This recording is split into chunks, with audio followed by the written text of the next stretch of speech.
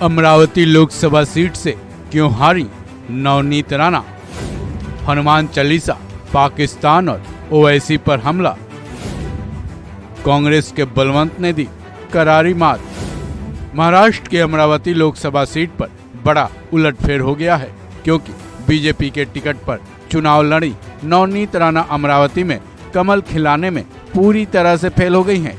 यहां से कांग्रेस के नेता बलवंत बानखेड़े ने उन्हें मात दी है। पिछली बार नवनीत राणा ने निर्दलीय उम्मीदवार के रूप में चुनाव जीता था। इसके बाद उद्धव ठाकरे से टकराव के बाद वो सुर्खियों में आई थी। वहीं इस बार के चुनाव प्रचार में उन्होंने हिंदू मुस्लिम वाला हथकंडा अपनाया। असदुद्दीन ओवैसी ब्रदर्स को खूब निशाना बनाया। विधायक रवि राणा की पत्नी नवनीत राणा ने चुनाव प्रचार के दौरान हर हथकंडे अपनाए। केवल अमरावती में नहीं, बल्कि उन्होंने हैदराबाद में भी चुनाव प्रचार में हिंदू मुस्लिम कार्ड खेलने की खूब कोशिश की थी। नवनीत राणा ने हैदराबाद में न केवल ओवैसी ब्रदर्स पर जमकर हमला किया था, बल्कि उन्होंने लोगों को पाकिस्तान भेज देने की धमकी तक दे दी थी। जाहिर है ये धमकी मुस्लिम वर्ग के लिए था, साथ ही उनके निशाने पर कांग्रेस भी था। राजनीति के जानकारों के मुताबिक चुनाव प्रचार में चलाया गया हिंदू मुस्लिम वाला कार्ड ही शायद नवनीत राणा पर उल्टा पड़ गया, क्योंकि बीजेपी को जिस तरह से सीटों का नुकसान हुआ है, उसे देखकर भी यही कहा जा रहा है। शायद जनता को धर्म की राजनीति रास नहीं आई और उन्होंने नवनीत राणा के खिलाफ जमकर वोटिंग की और कांग्रेस के बलवंत जाखड़ को जीत दिलाई।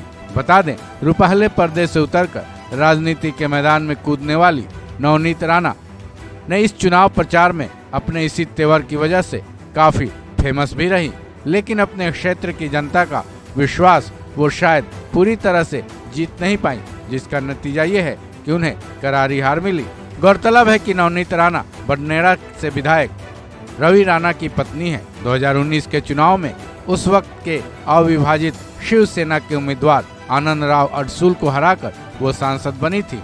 हालांकि इससे पहले भी वो 2014 में चुनाव लड़ चुकी हैं, लेकिन उस वक्त उन्होंने आरसीपी की सीट पर से चुनाव लड़ा था।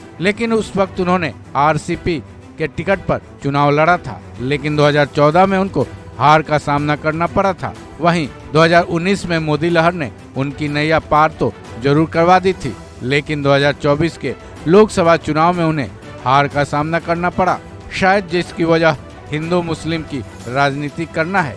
साथ ही कहा यह भी जा रहा है कि उनका और बीजेपी नेताओं का ओवर कॉन्फिडेंस ने भी उनको शिकस्त दिलाई है। बहरहाल अब उनको अपनी इस हार से सीख लेने की जरूरत है, ताकि अगली बार जब वो चुनाव लड़ें तो कम से कम धर्म की राजनीति से तौबा करते हुए चुनाव मैदान में उतरें। शायद उनका कल्याण इसी में है। इस खबर में बस इतना ही। बाकी अपडेट्स के लिए जुड़े रहें वन इंडिया हिंदी के साथ।